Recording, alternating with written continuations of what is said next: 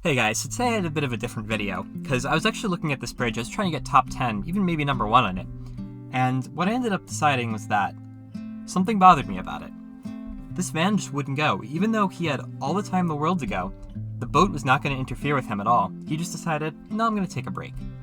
This bothered me quite a bit, because it's just a waste of time. He's wasting my time. So we're going to need these on for what I'm about to do, because I decided, let's just get rid of that part of the bridge altogether. We won't be needing it for what we're going to do. Alright, so I should be a bit more transparent. What I'm going to try to do is lift up that van and bring it to the other side. My reasoning? Just really no reason at all.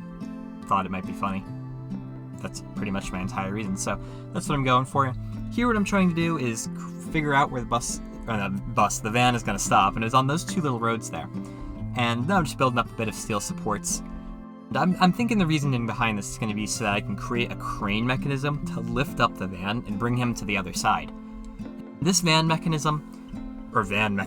lifting mechanism, I originally had no clue what I was going to do for it. I realized I need obviously some sort of hydraulic to pinch it and pull down.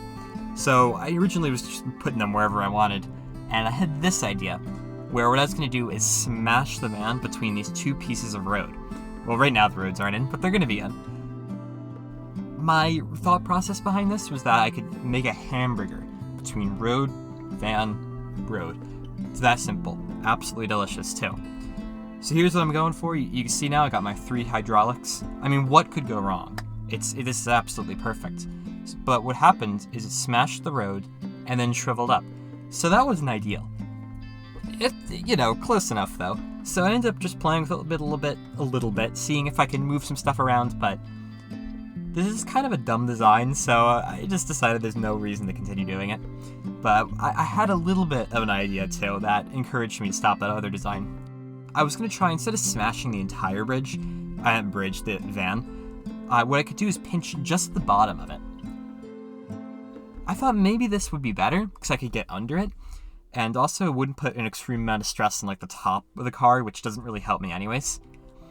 And after playing around with it for a little bit, I end up getting this design.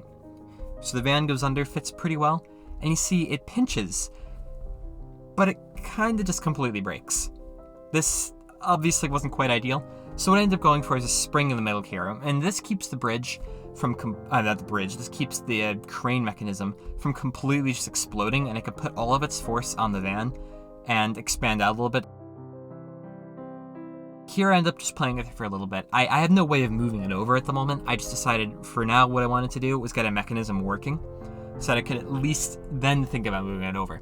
So the first thing I did, add more steel supports, because obviously that is going to be the solution. What has more steel not helped anyone.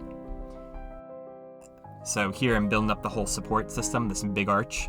Ended up not being big enough, shockingly, but that's what I had. And you see what I have here is 4 hydraulics in the bottom and a diamond on the bottom made of wood. My plan was to yank that diamond out really fast with the hydraulics, because they would be contracting and they'd be at really fast speed. And you see here, as they pull, they yank it and they break it. But they kind of just broke the entire bridge too, and it didn't really help the situation at all. And I go for some different wood patterns. Maybe I could figure something else out. Here I'm just trying to refine it again. I can't quite figure out what I want to do with it, because the problem is they're too fast and break everything apart.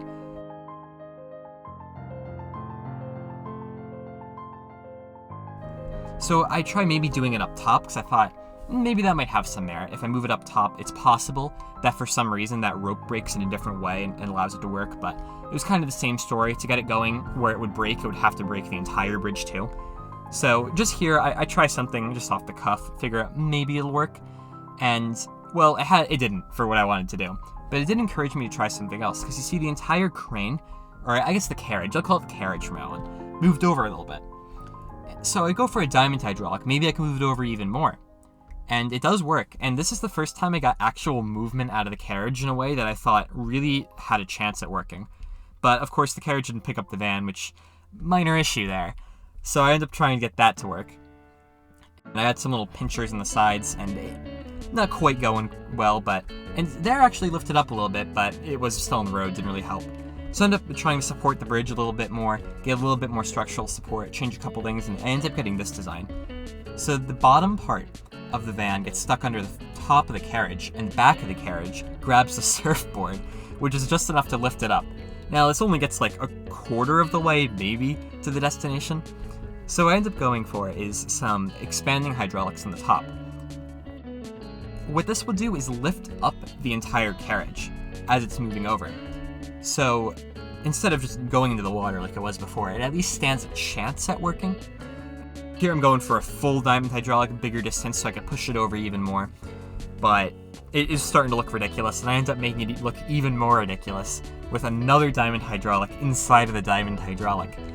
I actually thought this looked kind of pretty at first. I'm like, because it kind of looked good, and I was thinking of adding it to all 3 sections, but I tried just the back 2 for now. And I end up getting this sort of weird design, but it looks good in the editor, so I decided to roll with it. But you see, as it's running, it didn't look natural to me. That did not look right. I didn't like it, but if it worked, it worked. So what I end up going for here is a little bit of a change with the rope. So now what I can do is move it over to the left. And the idea behind this is that as the diamond hydraulic pushes over the carriage to the right, the rope, when it moves over, lifts up too. It's going to lift up the carriage. It's basically tracing a circle, if you can imagine that. So as it comes down, it grabs it. Well, that time it didn't grab it, but it's supposed to grab it, and then the cable's going to help lift it up, because it's rotating around that point. So one of the things I need to do is move over the carriage now, because as it moves up and over a little bit more, I need to compensate for that with the carriage starting a little bit over. This didn't quite solve my problem, actually created a lot more problems, but it inspired a big change, was that adding 3 springs. And this allowed the bridge to flex a little bit more in the Y axis. The other one allowed it to flex a bit more in the X. This one's allowing it to flex in the Y, which helps, especially here when I add the 2 diamond hydraulics. It's just going to be pushing with a lot of force, and it's going to be lifting up too, so it's going to need to support quite a bit of weight. So it's important for it to have the strength to be able to do that. So here I end up getting, well, a lot of broken bridges, because that's how these things work. But eventually I get this design. So it grabs it and actually gets under it, you see, and it carries it over, and this actually gets it done. I thought it was going to require a lot more tweaking to get this to work, but that was actually pretty quick, but I wasn't happy with that. I wanted to get some beautification going now. So all that other support was just out the window. It was kind of awful. I didn't like it. So I ended up going for this sort of symmetrical look. I don't know why I added supports on the outsides and on the outside. In retrospect, I wouldn't have done that, but it worked, so yeah, that's good. And I keep a similar design. The only thing I'm changing is I'm trying to move the diamond hydraulic that pushed over the cradle to the right. I'm moving that to the top of the bridge now. See, I'm doing that here. The way I'm doing that is I'm rotating that steel diamond over, which pushes the entire cable over. Here I'm actually using that other cable as a reference to see how far I'm going to need to push it over. Really, the reasoning behind this whole idea was that I could probably use less hydraulics. It, pretties up the bottom of the bridge. And overall, you see here, it actually reached him much better than before. It does put a lot more strain on the bridge because, especially on that top steel that's getting pushed over, it's just an extreme amount of stress because it has to carry the entire weight of the car and the cradle. I was kind of surprised it was holding the weight. I actually cut out a few takes where I made it even longer and that just kept snapping, but eventually I got that working. Here I'm just trying to fix the cradle because I figured I could probably get it to pinch. I didn't see what else I was really going to be fixing, so I ended up going just ham on this, just seeing how far I could get it going. Just after a lot of different iterations, I ended up deciding that expanding that top hydraulic on top of the cable, the diamond hydraulic on top, and adding a little hydraulic on the other side ended up moving it over, and this ended up being my final design. So yeah, if you look at the whole thing, it's not so pretty. Even if you look at the bottom, you might argue it's not so pretty, but I think it's pretty cool because it's just stupid. It's not a practical design, it's a cool $133,000, but that's all you need it to be, just working. So anyways, thanks guys for watching. I got an amazing reception on my last Polybridge 2 video, so I had to make this other one for today. But yeah, thanks to everyone for watching. Make sure to like the video if you like the Polybridge 2 content. And yeah, until next time.